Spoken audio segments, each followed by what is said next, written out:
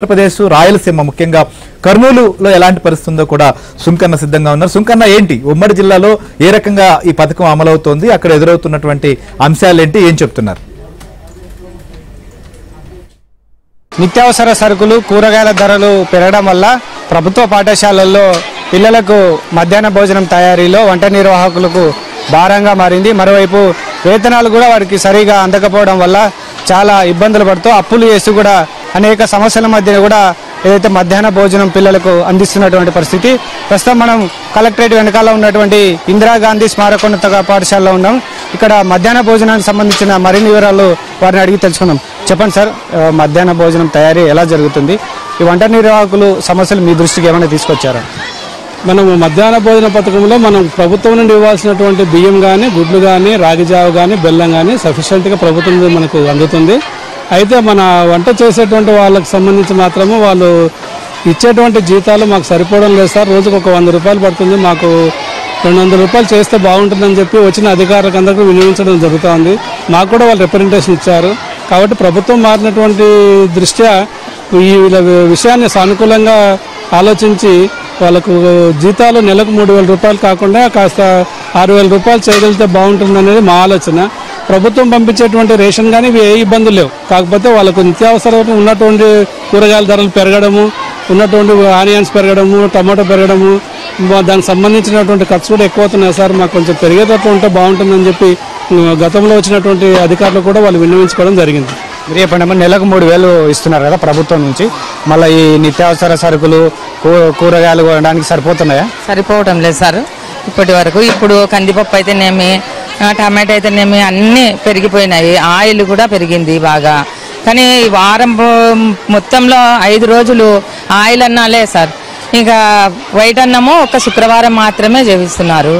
ఆయిల్కి అన్నిటికీ మాకైతే సరిపోవట్లేదు. కానీ అట్లే మేము ఎక్కడ పోలేక, వేరే పనులకు పోలేక ఇది అలవాటు పడ్డాము కాబట్టి చేస్తున్నాము. కాబట్టి మాకు దయచేసి మా పిల్లలకు మెనూ కొంచెం పెరగాలి, మాకు వేతనాలు కూడా పెరగాలి సార్. కనీసం రోజుకు 2200 లాగానన్నా వస్తే మాకు బాగుంటుంది. ఏమైనా ఇబ్బందులు పడుతున్నారమ్మా ఇక్కడ మధ్యాహ్న భోజనం తయారు చేసే విషయంలో? చెప్తాను సార్, గవర్నమెంట్ అయితే ఇస్తుంది, బియ్యము, రాగిపిండి, బెల్లం ఇస్తున్నారు. దానిలకు కావట్లేదు మేము చేయాలి కదా సార్. దానికి అది రాగికం చేయాలంటే కట్టెలు కావాలా. మాకు అన్ని ఇబ్బందులే సార్. ఇబ్బందులు అయితే ఏవి పిల్లలకి వేతనాలు పెంచాలా, మాకు కూడా వేతనాలు పెంచాలా.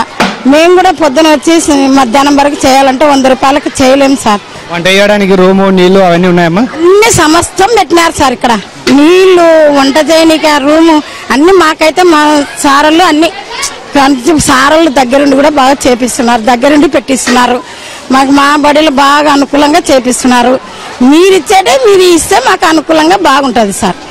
భోజనాలు వీళ్ళు చేశారు కదమ్మా, మెనూ ప్రకారం అందుతున్నాయా? భోజనాలు రుచికరంగా ఉన్నాయా? సార్, భోజనాలు అన్ని రుచికరంగా ఉన్నాయి సార్. అండ్ పోషకాలు కూడా బాగా ఉన్నాయి సార్. బియ్యం ఒకటి కొంచెం ఇబ్బందిగా అనిపిస్తుంది సార్ మాకు, కానీ కూరలు మాత్రం అన్ని బాగుంటాయి సార్. ఇంట్లో చేసినట్టే ఉంటుంది సార్. మేము ఇక్కడికి వచ్చే తింటాం సార్. చాలా బాగుంటాయి సార్. అండ్ మనకు ప్రోటీన్స్ అలాంటివి పెంచడానికి ఎగ్ ఇలా చాలా ఇస్తున్నారు. ఇప్పుడు కూర అనేది రోజుకు ఒక వెరైటీలా చేస్తూ మనకు బాగా హెల్తీ న్యూట్రిషన్స్ ఇవ్వడానికి చాలా ట్రై చేస్తున్న గవర్నమెంట్. మేము మాత్రం చాలా బాగా తింటున్నాం సార్. మేము తిన్నా కానీ ఇంకా కావాలంటే మళ్ళీ కూడా పెడతాడు సార్ ఫుడ్. మొత్తం మీద చాలా చోట్ల అయితే జిల్లాలో కొన్ని చోట్ల వంటలు చేయడానికి రూములు కూడా లేవు. కొన్ని నిర్మాణం మధ్యలోనే ఆగిపోయి వర్షాకాలంలో కూడా చాలా ఇబ్బందులు పడుతున్నారు వంట చేయడానికి వంట నిర్వాహకులు. కాబట్టి వాటిని వెంటనే పూర్తి చేయాలి. మరోవైపు వేతనాలు, అదేవిధంగా విద్యార్థులకు ఇచ్చేటువంటి బిల్లులు కూడా సకాలంలో అందకపోవడం వల్ల 2-3 నెలలకు ఒకసారి బిల్లులు వస్తున్నాయి, జీతాలు వస్తున్నాయి. కాబట్టి అప్పులు చేసి మేము ఇక్కడ సరుకులు, అదేవిధంగా వెజిటబుల్స్ కూడా కొన్ని ఏదైతే విద్యార్థులకు మధ్యాహ్నం భోజనం అందిస్తున్నాం. కాబట్టి ప్రభుత్వం తప్పకుండా మా సమస్యలన్నిటి కూడా పరిష్కరించాలని కూడా వంట నిర్వాహకులు కూడా ప్రధానంగా డిమాండ్ చేస్తున్నటువంటి పరిస్థితి. మరోవైపు ఏదైతే మధ్యాహ్న భోజనం కూడా రుచికరంగా ఉంది అని కూడా విద్యార్థులు చెప్తున్నటువంటి పరిస్థితి. కెమెరా పర్సన్ సురేంద్రబాబుతో సుంకన్న, ఏబిఎన్ ఆంధ్రజ్యోతి, కర్నూలు. రైట్. చూసాం కదా తెలుగు రాష్ట్రాల్లో క్షేత్రస్థాయిలో ఈ పథకం అమలవుతున్నటువంటి తీరు కూడా. సో పథకం మంచిదే, విద్యార్థులకు అవసరం, విద్యాభివృద్ధికి కూడా ఎంతో దోహదం పడుతుంది. కాకపోతే వారికి ఉన్నటువంటి నిత్యావసర సరుకులు పెరిగిన ధరలు పెరిగిన నేపథ్యంలో వీటిని సవరించాలి, చేస్తున్నటువంటి వారికి మరింత తోడ్పాటు ఇవ్వాలనేటువంటి డిమాండ్ వస్తుంది. అప్పుడే ఇంకా ఈ పథకం మరింత మెరుగ్గా ప్రభుత్వం అనుకున్న లక్ష్యాలు కూడా